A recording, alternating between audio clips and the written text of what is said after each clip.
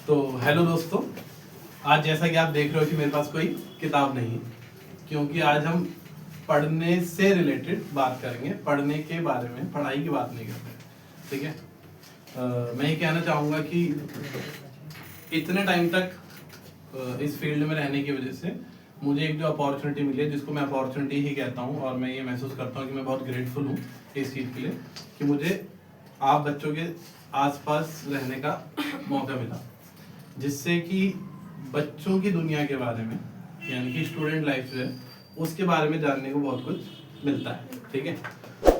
होता ये है कि मैं जो आज बात करने वाला हूँ वो बात है मेंटल हेल्थ के बारे में।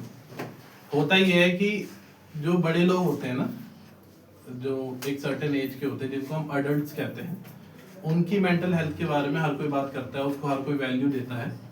सोचा जाता है कि they must be living in a complex world, जहाँ उनके ऊपर बहुत रिस्पॉन्सिबिलिटी है, तो उनके द्वारा मानसिक तनाव से गुजरना वाजिब सी चीज़ है, और उसके बारे में बात होती रहनी चाहिए। जिसके बारे में बात नहीं होती है वो है एक टीनेजर की मेंटल हेल्थ के बारे में। या फिर कई बार ये कहा जाता है कि इनको किस बात की टेंशन है, इनको ले दे के एक ही काम दिया हुआ है कि आप पढ़ाई कीजिए, वो भी आप लोगों से सही नहीं हो रही। हाँ, बड़े होने के नाते ये सोचना समझना ठीक है, आप लोग ऐसे समझ सकते हो, लेकिन साइकोलॉजी जो है उसके हिसाब से अगर हम देखेंगे, हम बात करें कि मानसिक विचारधारा जो है, ये परेशानी किसी को कभी भी आ सकती है ना, क्योंकि हर कोई सेम तरीके से सोचता नहीं है, सेम तरीके से डेवलप नहीं होता, हर किसी का एनवायरनमेंट सेम नहीं है, ठीक है। तो उस पर हम बात कर रहे हैं, बात ये कर रहे हैं कि जितना मैं जानता हूँ कि दो प्रकार के बच्चे होते हैं। एक जो होते हैं जो एग्जाम को लेके, रिजल्ट को लेके कुछ ज्यादा ही कंसर्न होते हैं, और एक होते हैं जो कुछ ज्यादा ही इजी लाइफ में होते हैं कि हो जाएगा, देख लेंगे। दोनों ही चीज ठीक नहीं है, ठीक है। बहुत ज्यादा रिजल्ट को लेके, एग्जाम को लेके बहुत ज्यादा कंसर्न होना भी ठीक नहीं है, लेकिन उसको बहुत लाइटली लेना भी ठीक नहीं है। ये सोशल मीडिया पे बहुत सारे लोग हैं ऐसे, जो बहुत सारे टीचर्स भी हैं ऐसे, या बहुत सारे ऐसे लोग हैं जो किसी सर्टेन जगह पे पहुंच गए हैं, जो कहते हैं कि एक एग्जाम आपका फ्यूचर डिसाइड नहीं करता। मैं उनमें से नहीं हूँ, मैं कहता हूँ हाँ डिसाइड करता है, सच्चाई है, डिसाइड करता है। ये कहने भर से कुछ नहीं हो जाता। उनसे पूछो जिनके किसी चीज में थोड़े से कम मार्क्स आने की वजह से उनका ड्रीम जॉब, उनके ड्रीम क्वालिफिकेशन, ड्रीम कोर्सेज उनसे छूट जाते हैं। तो ये मैटर करता है। हाँ, ये सच बात है कि जीवन में आगे की जो जीवन रेखा है, आगे का जो आपका करियर है, वो आपकी अपने उस काम के प्रति दिल लगी, पैशन जो है वो डिसाइड करता है कि आप उसे कैसा करेंगे। लेकिन इसका मतलब ये नहीं है कि पेपर के लिए कंसर्न होना जरूरी नहीं है। इसलिए मैं बात कर रहा हूँ कि आपको एक बैलेंस अप्रोच की जरूरत है। आपको अब वो टाइम है जब आपको अपने ऊपर ध्यान देना शुरू कर देना चाहिए, क्योंकि ये नवंबर लगभग एंड होने को है। फैब के अराउंड सबके आपके पेपर फाइनल टर्म शुरू हो जाते हैं, स्पेशली बोर्ड वाले और स्पेशली 12th वाले बच्चे, जिनको आगे करियर डिसाइड करना है कोर्सेज के आधार पे। तो दिमाग बहुत सारी चीजों से होते हुए गुजरता है। कईयों को लगता है अभी तक बिल्कुल तैयारी नहीं करी, आप तैयारी कर पाएंगे नहीं कर पाएंगे। कईयों को लगता है कि तैयारी कम तो नहीं है। तो जो पास्ट है दोस्तों, उसके बारे में सोच के कुछ होने नहीं वाला, ठीक है। वो तो समय चले गया, आपको कई टीचर्स ने, पेरेंट्स ने समझाया होगा पढ़ लो, टाइम रहते रहते नहीं पढ़े होगे, ठीक है।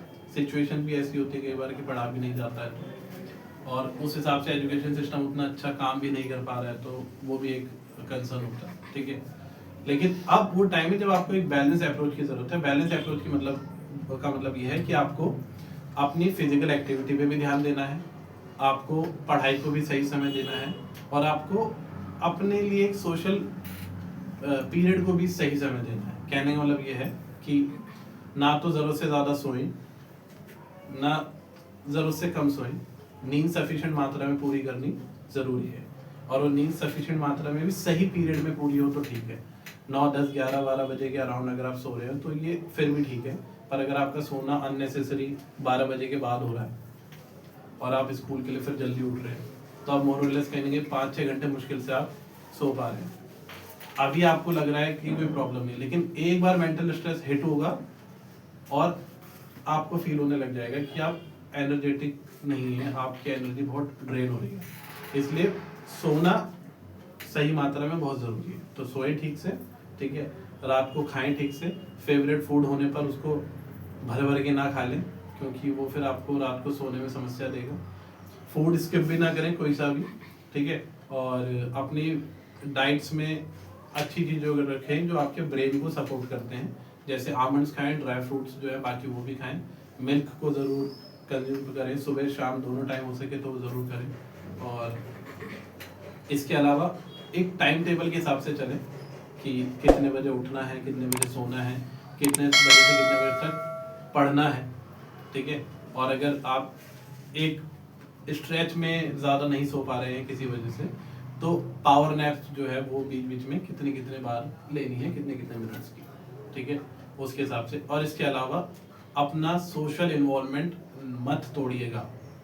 पढ़ना बहुत है इसका मतलब ये नहीं है कि आप दोस्तों से मिलना बंद कर दो, या आप थोड़ी देर खेलना बंद कर दो, या आप थोड़ी देर टीवी देखना बंद कर दो, ये सब मत कीजिए। जो दूरी बनानी है वो बनानी है फ़ोन से। फ़ोन से इसलिए दूरी बनानी है क्योंकि स्क्रीन साइज छोटा होता है, ठीक है।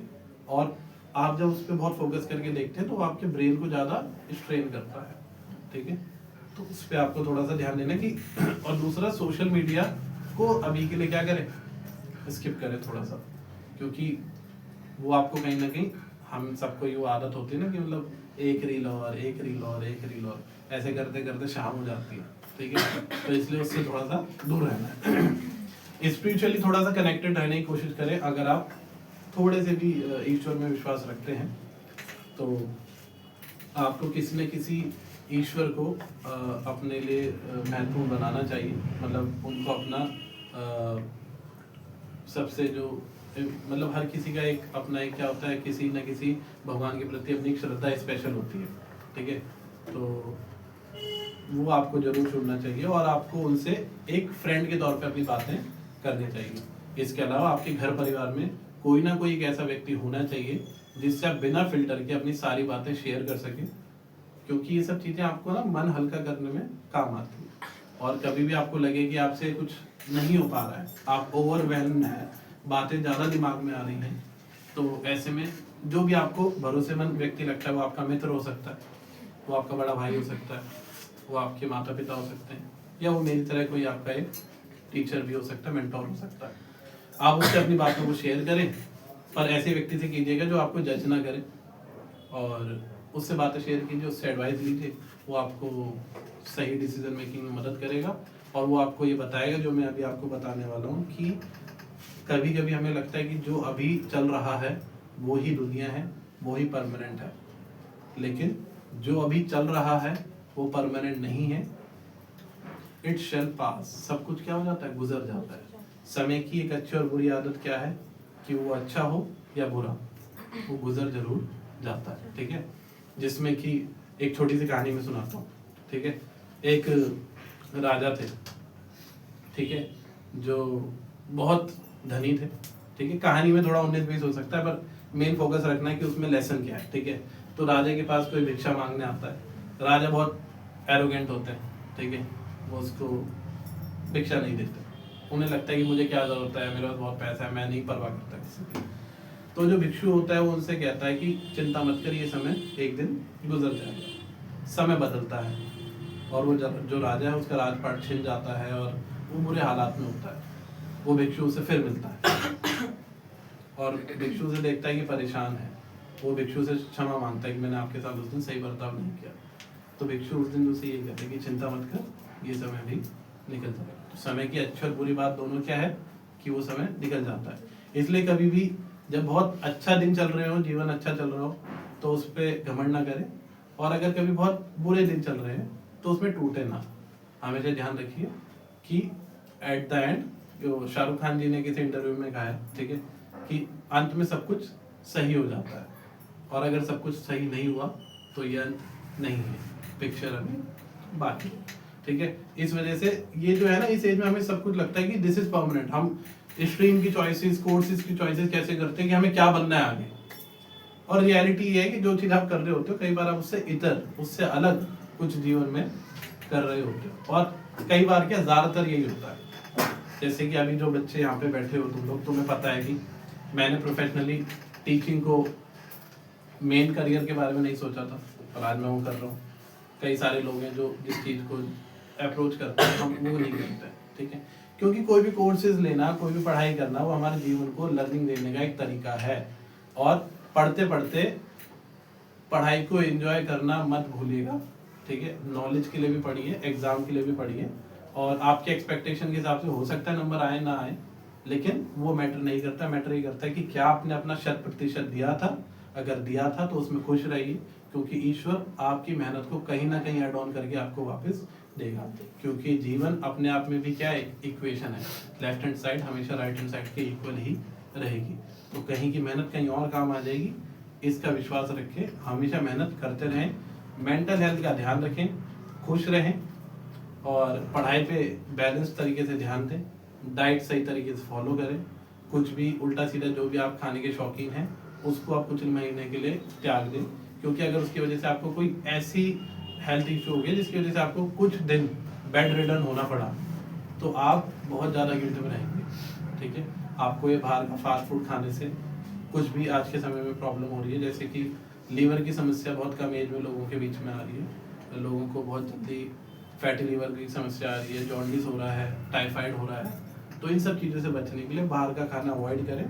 माता पिता से घर पे उन चीज़ों को बनवाने की कोशिश करवाएं, नहीं बना पा रहे तो जो घर में मिल रहा है उसको ही खा के खुश रहें। ड्राई फ्रूट्स और फ्रूट्स वगैरह को अपने डाइट में रखें, ये मैंने पहले ही बता दिया। इतना ही मैं कहूँगा, बाकी आप लोग अप्रोच करें। अगर कभी भी किसी को भी लगता है कि भाई आप किसी भी तरीके की प्रॉब्लम से जूझ रहे हो तो बात करो, बात करने से सब चीज़ों के समाधान निकलते हैं, ठीक है। Bye bye.